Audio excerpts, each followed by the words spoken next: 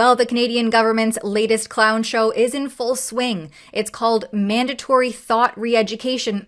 I mean anti-racism training, and it's coming to a university or workplace near you. So let's dig in. Today we're going to dive into the Orwellian nightmare of government-sanctioned struggle sessions, complete with their very own wheel of privilege. And spoiler alert, it's not just patronizing, I would say it's inherently racist. The wheel of privilege and power is straight from the Government of Canada's diversity playbook.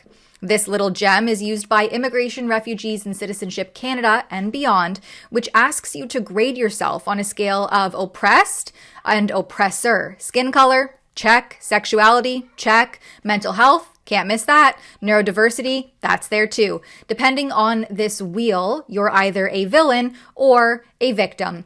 And no one is safe from checking their proverbial privilege. Now, this might sound like it could be the makings of a dystopian game show, and you wouldn't be wrong for saying that. According to a National Post piece, a University of Saskatchewan law professor was actually forced to endure one of these anti-racism, anti-oppression boot camps just to sit on a hiring committee. He posted about it on social media, calling it a forced march of self-discovery. And let me tell you, the details are as cringeworthy as you would expect. Just imagine this. You're a criminal law professor and I suppose an expert, minding your own business, and suddenly you're told to confess your unearned privileges in a room where debate is explicitly forbidden.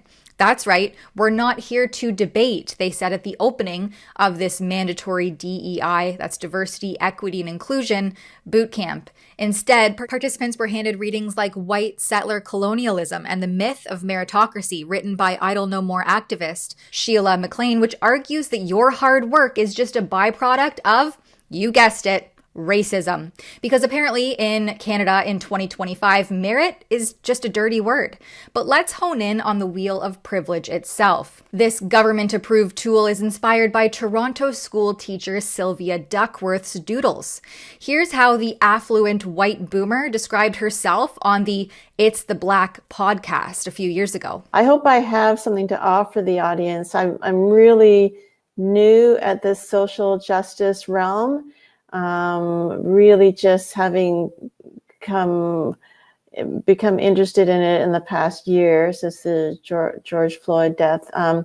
But I'll get into that as the interview progresses. But just to say that I am no expert by any means in this area.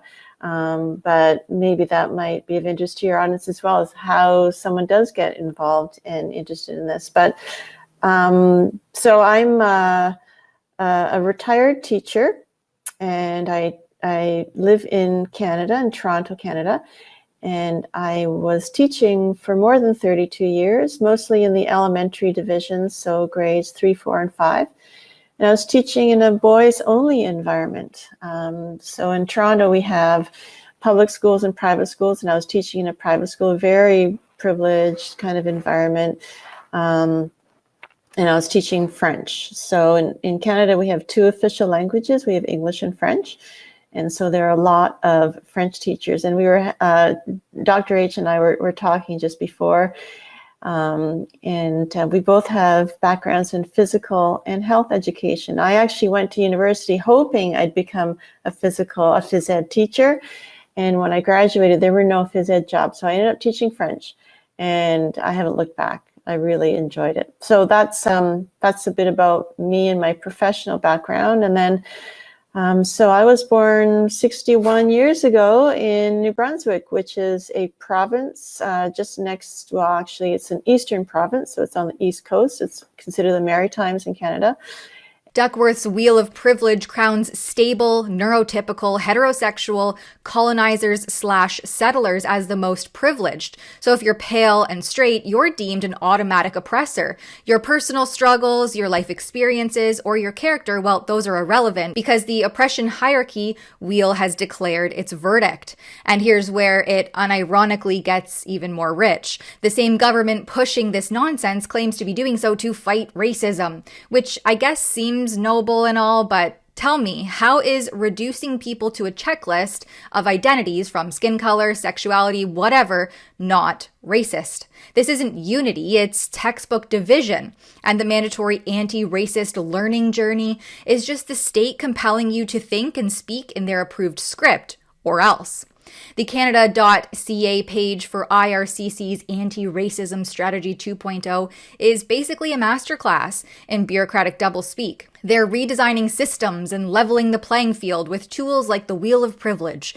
But what they're really doing is mandating ideological conformity. You're not allowed to question the narrative. You're not allowed to think for yourself. You're just supposed to nod along and confess your sins. And then the government will rank you based on their creepy little privilege pyramid. And if you dare push back, well, good luck keeping your job, or I guess also your sanity. The exception was law professor Michael Plaxton, who refused to divulge his hopes and fears for the meeting when asked. And then when asked why he was there, he was honest. I was there because my union made it a condition of participating in future tenure and search meetings, he took to X to explain. The facilitator of this meeting then tried to draw from his answer a fear.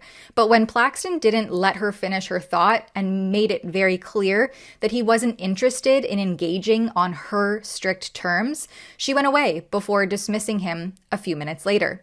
Now, Plaxton was able to confirm at that time that he'd met his union requirements, and then he went on to say this: "My bad attitude just saved me 90 minutes of my life." Now, Canadians might want to ask, are we stuck spinning the government's wheel of privilege, or can we call it what it is?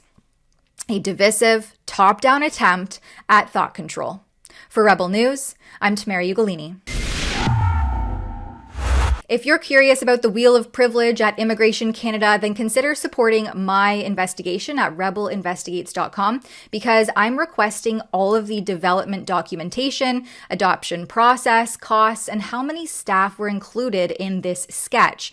Who knows, maybe Duckworth's consultancy fee is hiding in there too. Stay tuned and support this work at rebelinvestigates.com.